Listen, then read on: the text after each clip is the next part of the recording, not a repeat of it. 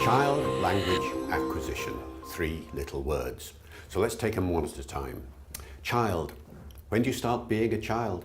For many people, language acquisition starts at around about 12 months when kids say their first word, but don't forget the first year.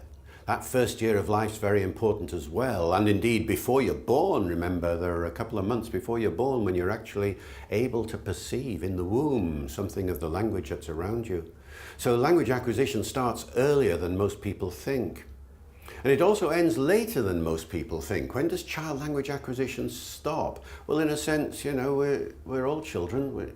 We stay being children all our lives. There's no obvious end point. For learning sounds, of course, there is, and for learning grammar, there is, but vocabulary, I mean, that goes on for the rest of our lives. There's 1 million or more words in English, and most of us only have a vocabulary of 50, 60, 70,000 words or whatever it is, and so there's always something more to learn. So remember that the two ends of child language acquisition are wider apart than some people think, and that means there's more scope for studying it than most people think.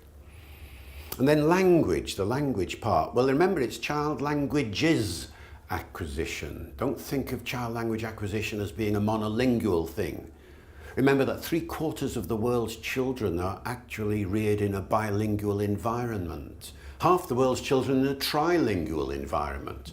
And so be prepared for language interaction in so many of the kids that one might find oneself studying, and the way the languages work together and how one language trades off against another. That's a fascinating aspect of the whole business as well. And not just languages, by the way, but dialects too.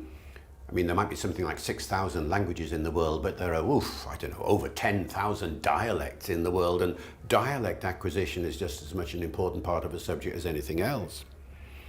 And then language also means the different domains of language acquisition. So we're talking about the acquisition of sounds and of grammar and of vocabulary, as I've mentioned, and of discourse, the patterns of interaction that we have.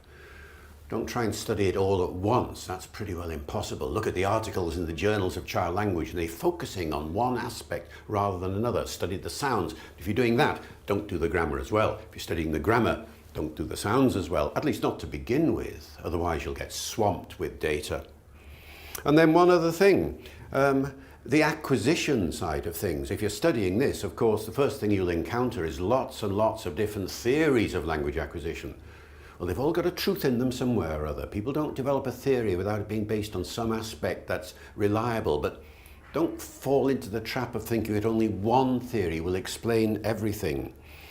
No, there are theories for grammar, there are theories for vocabulary, there are theories for everything. And you need to take the best bits from all these theories in order to produce the best understanding of language acquisition. And the beauty of it is that whatever you do, language acquisition will give you something original to explore.